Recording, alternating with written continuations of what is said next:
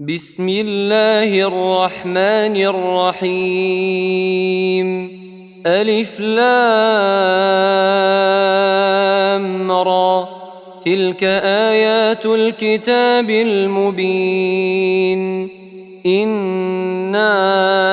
أنزلناه قرآنا عربيا لعلكم تعقلون.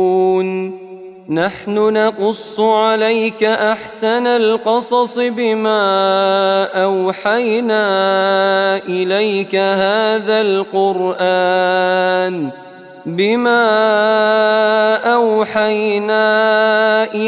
هذا القرآن وإن كنت من قبله لمن الغافلين. إذ قال يوسف لأبيه يا أبت إني رأيت 11 كوكبا والشمس والقمر رأيتهم لي ساجدين. قال يا بني لا تقصص رؤياك على إخوتك فيكيدوا لك كيدا، إن الشيطان للإنسان عدو مبين. وكذلك يجتبيك ربك ويعلمك من تأويل الأحاديث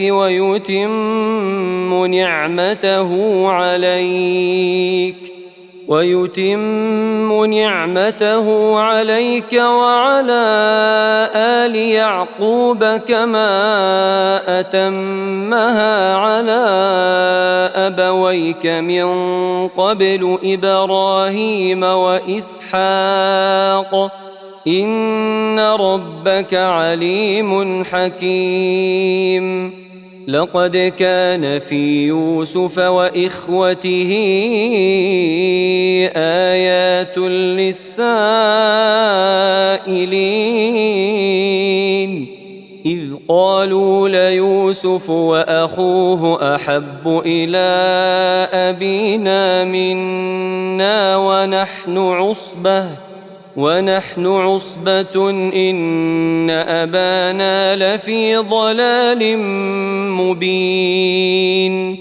اقتلوا يوسف أو اطرحوه أرضا يخل لكم وجه أبيكم وتكونوا من بعده قوما صالحين. قال قائل منهم لا تقتلوا يوسف وألقوه في غيابة الجب يلتقطه بعض السيارة إن كنتم فاعلين. قالوا يا أبانا ما لك لا تأمننا على يوسف وإنا له لناصحون. أرسله معنا غدا يرتع ويلعب وإنا له لحافظون. قال إني ليحزنني أن تذهبوا به وأخاف أن يأكله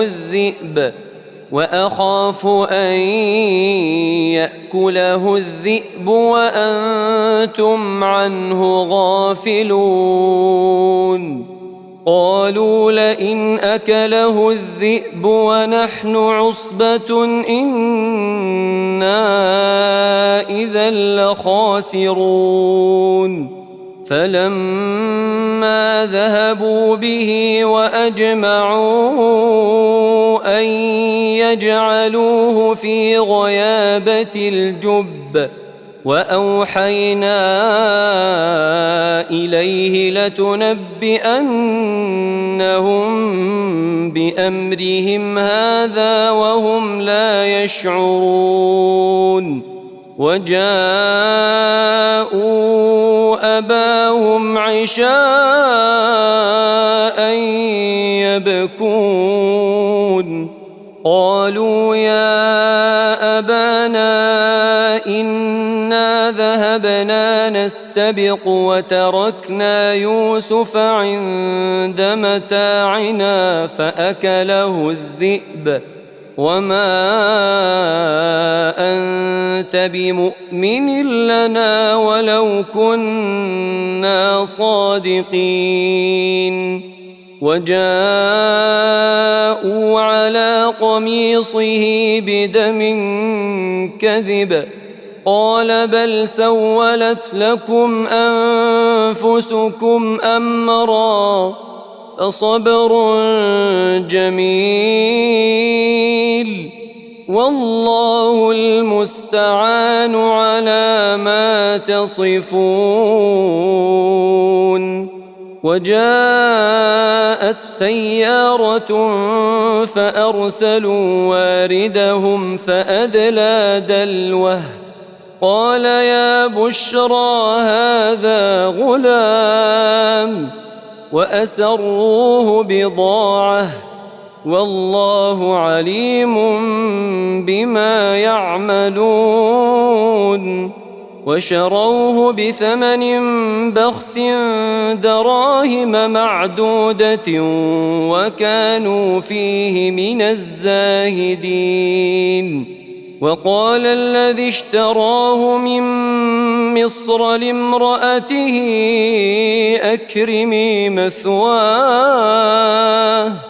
أكرمي مثواه عسى أن ينفعنا أو نتخذه ولدا وكذلك مكنا ليوسف في الأرض ولنعلمه من تأويل الأحاديث والله غالب على أمره ولكن أكثر الناس لا يعلمون ولما بلغ أشده آتيناه حكما وعلما وكذلك نجزي المحسنين وراودته التي هو في بيتها عن نفسه وغلقت الأبواب وقالت هيت لك قال معاذ الله إنه ربي أحسن مثواي إنه لا يفلح الظالمون ولقد همت به وهم بها لولا أن رأى برهان ربه كذلك لنصرف عنه السوء والفحشاء إنه من عبادنا المخلصين واستبق الباب وقدت قميصه من دبر وألف يا سيدها لدى الباب قالت ما جزاء من أراد بأهلك سوءا إلا أن يسجن أو عذاب أليم قال هي راودتني عن نفسي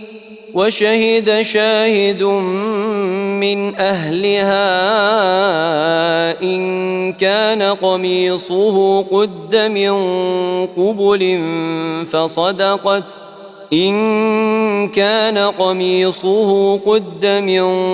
قبل فصدقت وهو من الكاذبين وإن كان قميصه قد من دبر فكذبت وهو من الصادقين فلما رأى قميصه قد من دبر قال إنه من كيدكن إن كيدكن عظيم. يوسف أعرض عن هذا واستغفري لذنبك إنك كنت من الخاطئين. وقال نسوة في المدينة امرأة العزيز تراود فتاها عن نفسه قد شغفها حبا إنا لنراها في ضلال مبين. فلما سمعت بمكرهن أرسلت إليهن وأعتدت لهن متكأ وآتت كل واحدة منهن سكينا وقالت اخرج عليهن. فلما رأينه أكبرنه وقطعن أيديهن وقلن حاش لله ما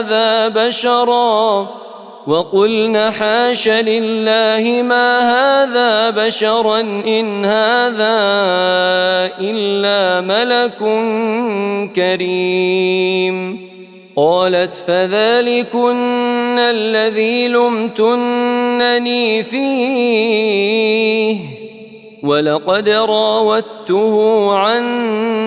نفسه فاستعصم ولئن لم يفعل ما آمره ليسجنن وليكونا من الصاغرين. قال رب السجن أحب إلي مما يدعونني إليه وإلا تصرف عني كيدهن أصب إليهن وأكن من الجاهلين. فاستجاب له ربه فصرف عنه كيدهن إنه هو السميع العليم. ثم بدا لهم من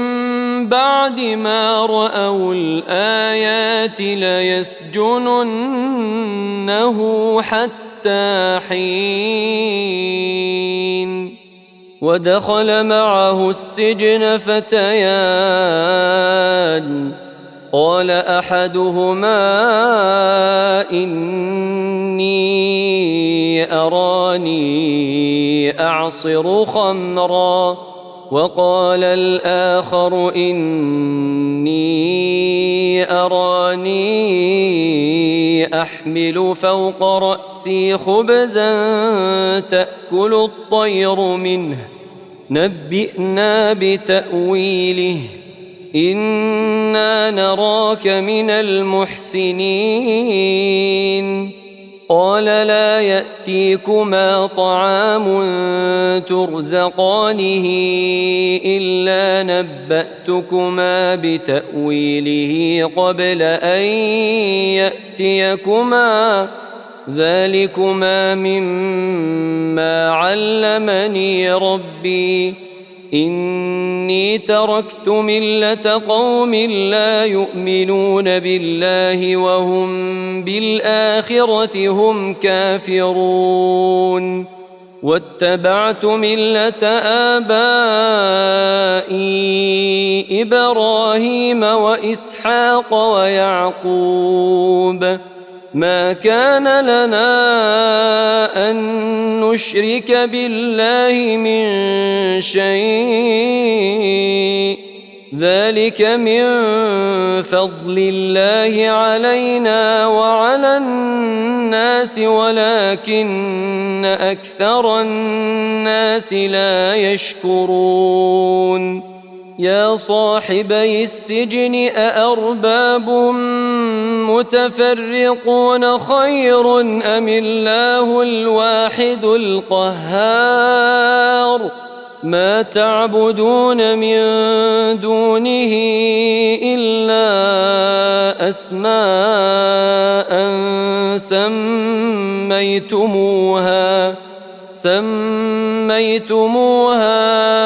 أنتم وآباؤكم ما أنزل الله بها من سلطان إن الحكم إلا لله أمر ألا تعبدوا إلا إياه ذلك الدين القيم ولكن أكثر الناس لا يعلمون يا صاحبي السجن أما أحدكما فيسقي ربه خمرا وأما الآخر فيصلب فتأكل الطير من رأسه قضي الأمر الذي فيه تستفتيان وقال للذي ظن أنه ناج منهما اذكرني عند ربك فأنساه الشيطان ذكر ربه فلبث في السجن 10 سنين وقال الملك إني أرى 7 بقرات سمان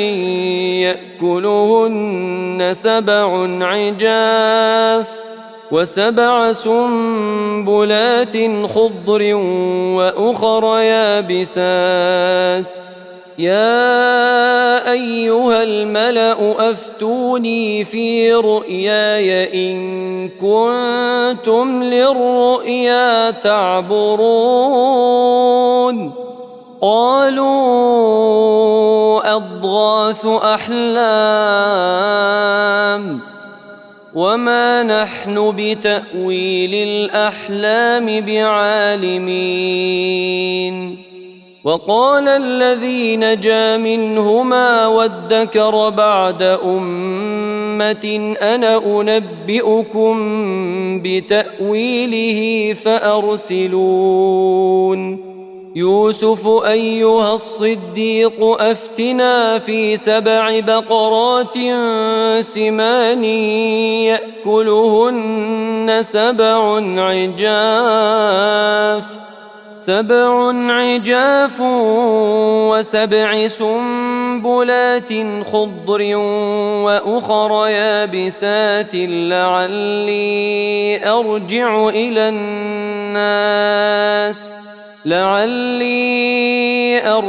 إلى الناس لعلهم يعلمون قال تزرعون 7 سنين دأبا فما حصدتم فذروه في سنبله إلا قليلا مما تأكلون ثم يأتي من بعد ذلك 7 شداد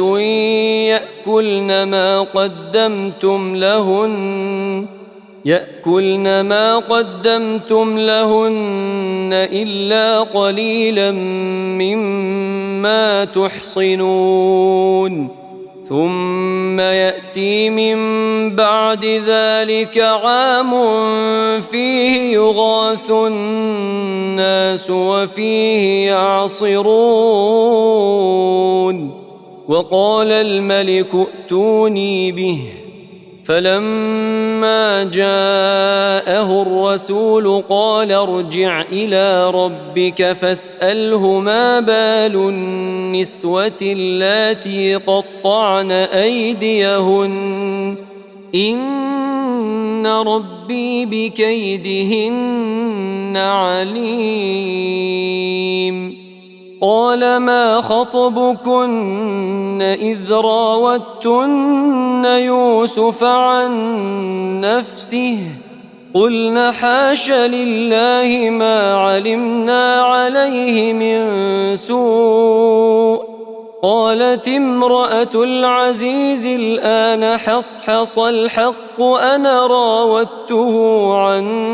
نفسه وإنه لمن الصادقين ذلك ليعلم أني لم أخنه بالغيب وأن الله لا يهدي كيد الخائنين وما أبرئ نفسي إن النفس لأمارة بالسوء إلا ما رحم ربي إن ربي غفور رحيم وقال الملك ائتوني به أستخلصه لنفسي فلما كلمه قال إنك اليوم لدينا مكين أمين قال اجعلني على خزائن الأرض إني حفيظ عليم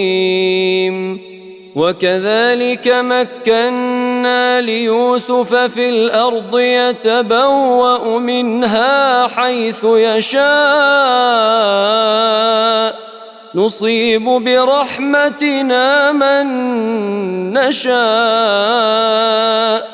ولا نضيع أجر المحسنين ولأجر الآخرة خير للذين آمنوا وكانوا يتقون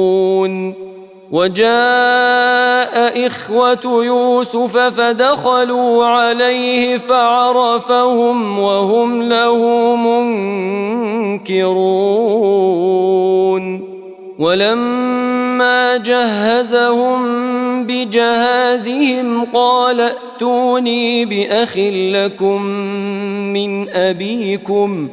ألا ترون أني أوفي الكيل وأنا خير المنزلين فإن لم تأتوني به فلا كيل لكم عندي ولا تقربون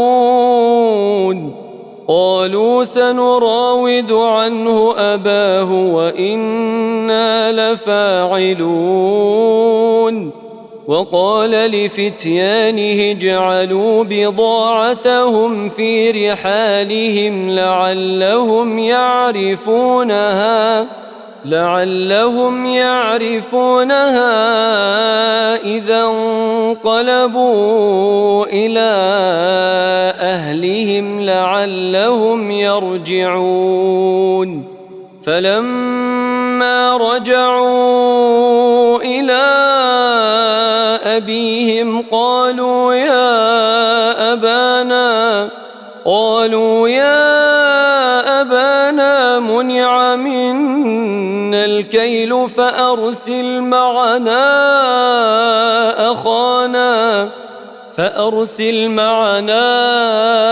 أخانا نكتل وإنا له لحافظون قال هل آمنكم عليه إلا كما أمنتكم على أخيه من قبل فالله خير حافظا وهو أرحم الراحمين ولما فتحوا متاعهم وجدوا بضاعتهم ردت إليهم قالوا يا أبانا ما نبغي هذه بضاعتنا ردت إلينا ونمير أهلنا ونحفظ أخانا ونزداد كيل بعير ذلك كيل يسير قال لن أرسله معكم حتى تؤتون موثقا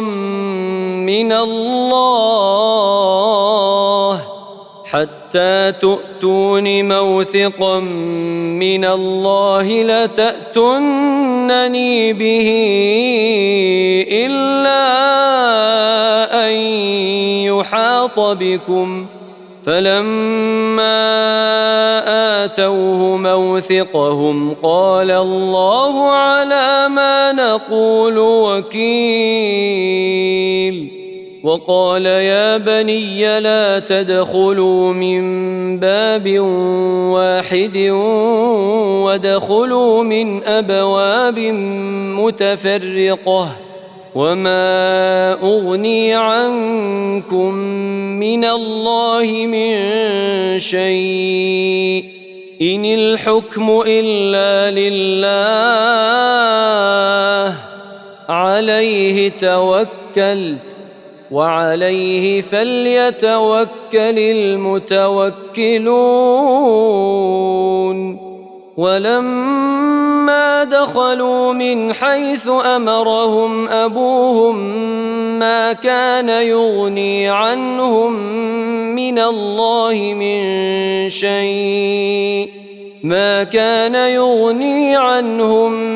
الله من شيء إلا حاجة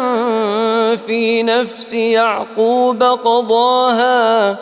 وإنه لذو علم لما علمناه ولكن أكثر الناس لا يعلمون. ولما دخلوا على يوسف آوى إليه أخاه قال إني أنا أخوك فلا تبتئس بما كانوا يعملون. فلما جهزهم بجهازهم جعل السقاية في رحل أخيه ثم أذن مؤذن أيتها العير إنكم لسارقون. قالوا وأقبلوا عليهم ماذا تفقدون؟ قالوا نفقد صواع الملك ولمن جاء به حمل بعير وأنا به زعيم. قالوا تالله لقد علمتم ما جئنا لنفسد في الأرض وما كنا سارقين. قالوا فما جزاؤه إن كنتم كاذبين؟ قالوا جزاؤه من وجد في رحله فهو جزاؤه كذلك نجزي الظالمين. فبدأ بأوعيتهم قبل وعاء أخيه ثم استخرجها من وعاء أخيه كذلك كدنا ليوسف ما كان ليأخذ أخاه في دين الملك إلا أن يشاء الله نرفع درجات من نشاء وفوق كل ذي علم عليم. قالوا إن يسرق فقد سرق أخ له من قبل فأسرها يوسف في نفسه ولم يبدها لهم. قال أنتم شر مكانا والله أعلم بما تصفون. قالوا يا أيها العزيز إن له أبا شيخا كبيرا فخذ أحدنا مكانه إنا نراك من المحسنين قال معاذ الله أن نأخذ إلا من وجدنا متاعنا عنده إنا إذا لظالمون فلما استيئسوا منه خلصوا نجيا قال كبيرهم ألم تعلموا أن أباكم قد أخذ عليكم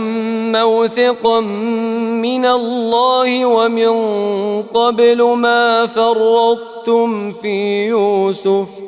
فلن أبرح الأرض حتى يأذن لي أبي أو يحكم الله لي وهو خير الحاكمين ارجعوا إلى أبيكم فقولوا يا أبانا إن ابنك سرق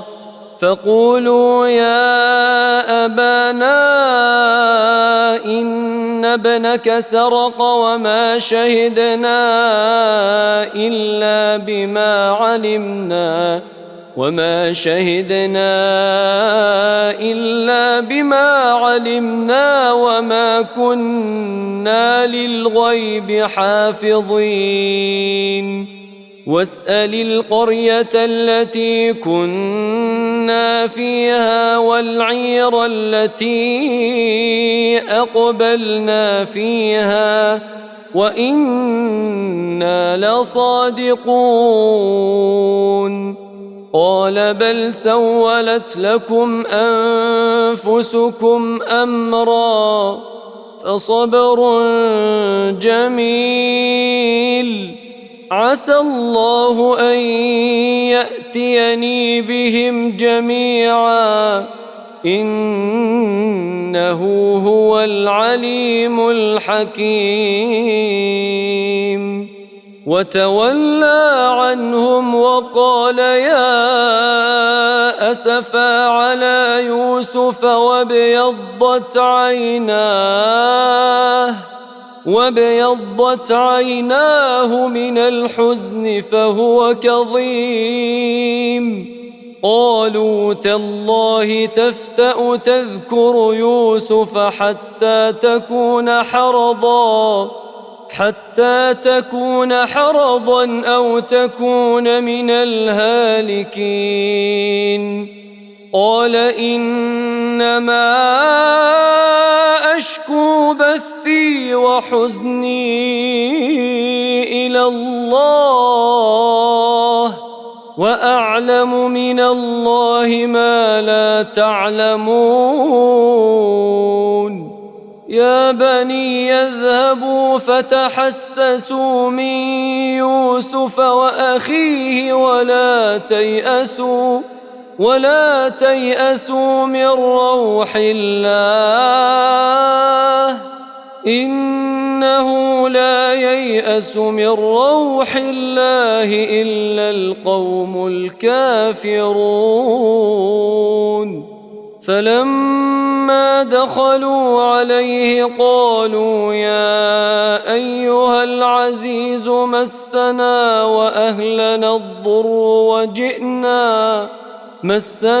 وأهلنا الضر وجئنا ببضاعة مزجاة فأوف لنا الكيل وتصدق علينا إن الله يجزي المتصدقين قال هل علمتم ما فعلتم بيوسف وأخيه إذ أنتم جاهلون قالوا أئنك لأنت يوسف قال أنا يوسف وهذا أخي قد من من الله علينا إنه من يتق ويصبر فإن الله لا يضيع أجر المحسنين قالوا تالله لقد آثرك الله علينا وإن كنا لخاطئين قال لا تثريب عليكم اليوم يغفر الله لكم وهو أرحم الراحمين اذهبوا بقميصي هذا فألقوه على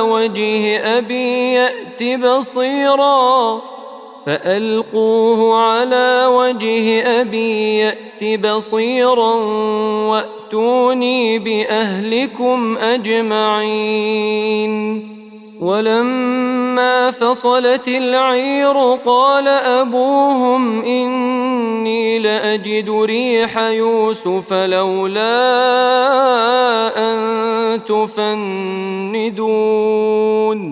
قالوا تالله إنك لفي ضلالك القديم فلما أن جاء البشير ألقاه على وجهه فارتد بصيرا قال ألم أقل لكم إني أعلم من الله ما لا تعلمون قالوا يا أبانا استغفر لنا ذنوبنا إنا كنا خاطئين قال سوف أستغفر لكم ربي إنه هو الغفور الرحيم فلما دخلوا على يوسف آوى إليه أبويه وقال ادخلوا مصر إن شاء الله آمنين ورفع أبويه على العرش وخروا له سجدا وقال يا أبت هذا تأويل رؤياي من قبل قد جعلها ربي حقا وقد أحسن بي إذ أخرجني من السجن وجاء بكم من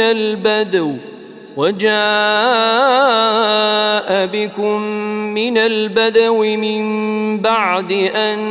نزغ الشيطان بيني وبين إخوتي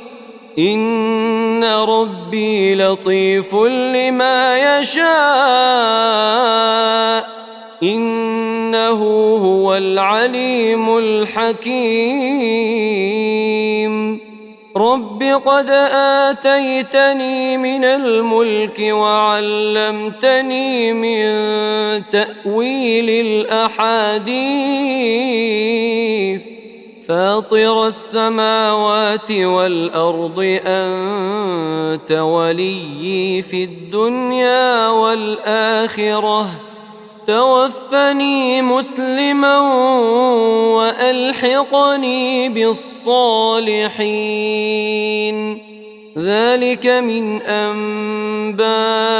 الغيب نوحيه إليك وما كنت لديهم إذ أجمعوا أمرهم وهم يمكرون وما أكثر الناس ولو حرصت بمؤمنين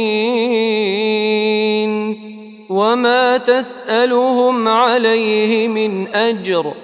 إن هو إلا ذكر للعالمين وكأي من آية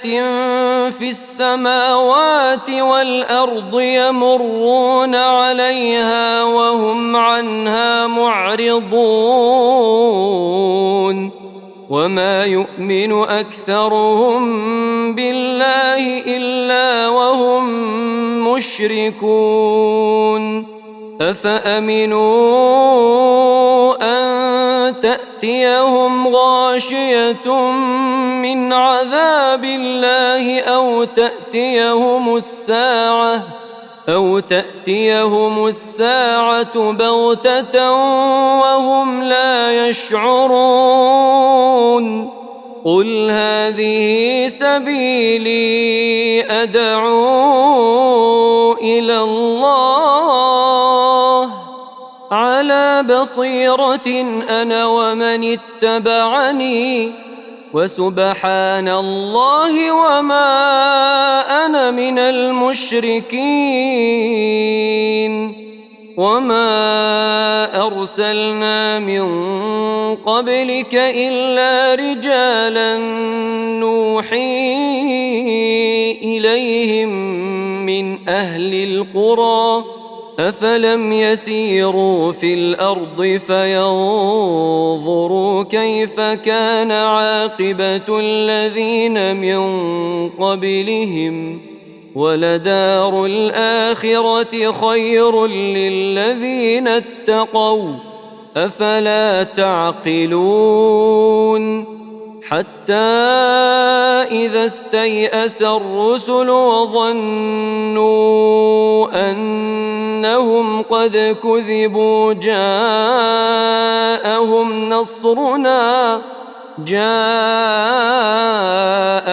نصرنا فنجي من نشاء ولا يرد بأسنا عن القوم المجرمين لقد كان في قصصهم عبرة لأولي الألباب ما كان حديثا يفترى